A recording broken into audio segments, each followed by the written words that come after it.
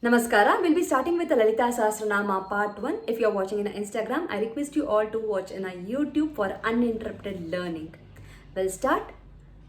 Atha Nyasa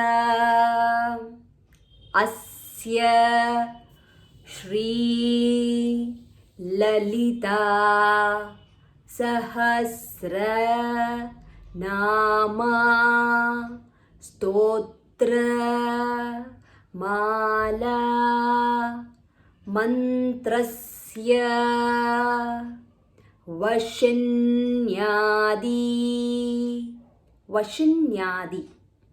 Vagdevata Rushayaha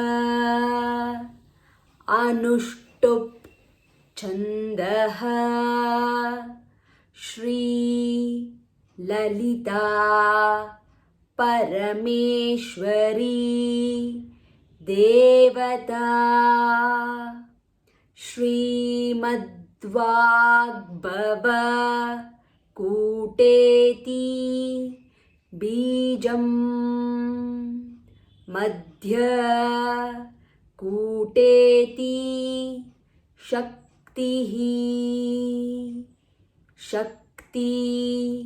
Kuteti Kilakam Shri Lalita Maha Tripura Sundari Prasada Siddhidvara Chintita Phala Vyaptyarte Jape Viniyogaha.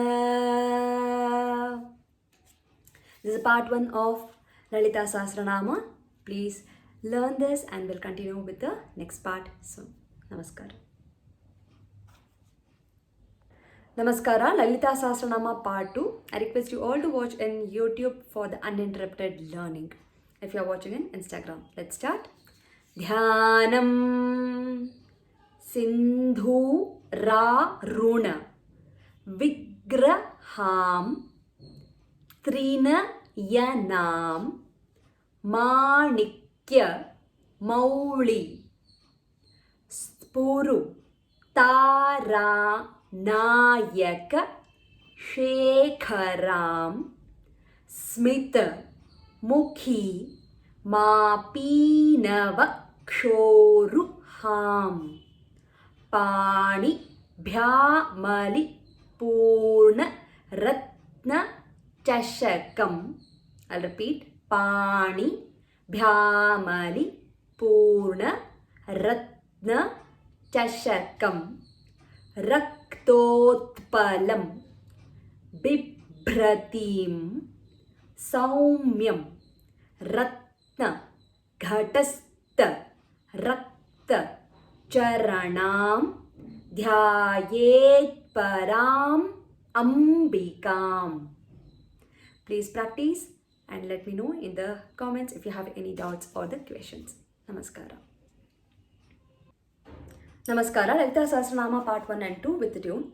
Atha Nyasaha Asya Shri Lalita Sahasranama Stotramala Mantrasya Vashinyadi Vagdevata Rushayaha Anushtup Chandaha Shri Lalita Parameshwari Devata Srimadvagbhava Kuteti Bijam Madhya Kuteti Shakti Kuteti Kilakam Shri Lalita Maha Tripura Sundari Prasada Siddhidvara Chintita Phala Vyaptyarte Jape Viniyogaha.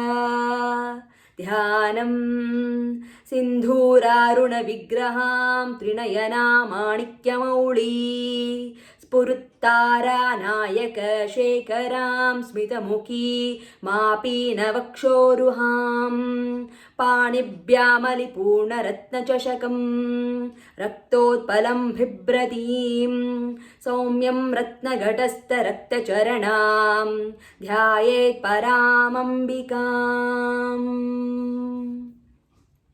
Please practice this. If you have any doubt, do let me know. Namaskara.